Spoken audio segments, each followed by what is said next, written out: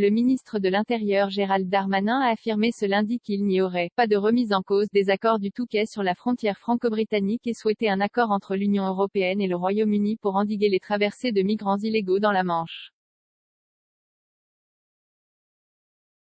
Il faut un « accord Union européenne, UE, et Grande-Bretagne, car cela ne peut pas être un simple accord de réadmission de migrants sur le territoire français », a déclaré Gérald Darmanin, rejetant fermement la proposition du Premier ministre britannique Boris Johnson. Il s'exprimait lors d'une conférence de presse après la réunion le matin d'un conseil de défense de sécurité intérieure, présidé par le chef de l'État Emmanuel Macron, et consacré à la lutte contre les traversées de la Manche par des immigrés clandestins. Pas d'accord unilatéral, ce que nous voulons, a-t-il insisté, c'est un accord équilibré qui offre de réelles solutions y compris aux problèmes de la France et de l'Europe. Nous ne voulons pas d'un accord unilatéral.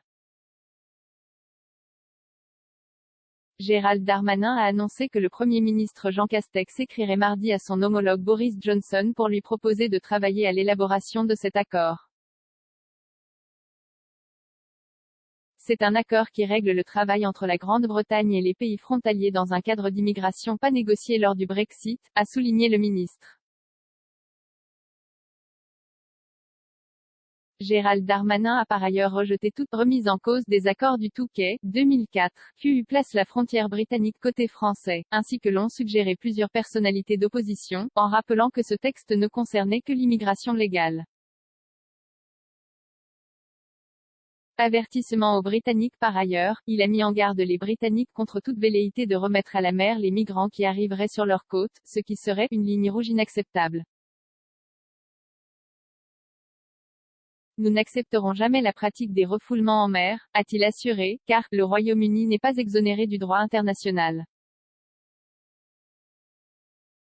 Soulignant la nécessité de lutter contre les passeurs, le ministre a annoncé le doublement des effectifs de l'Office central dédié à la lutte contre l'immigration clandestine.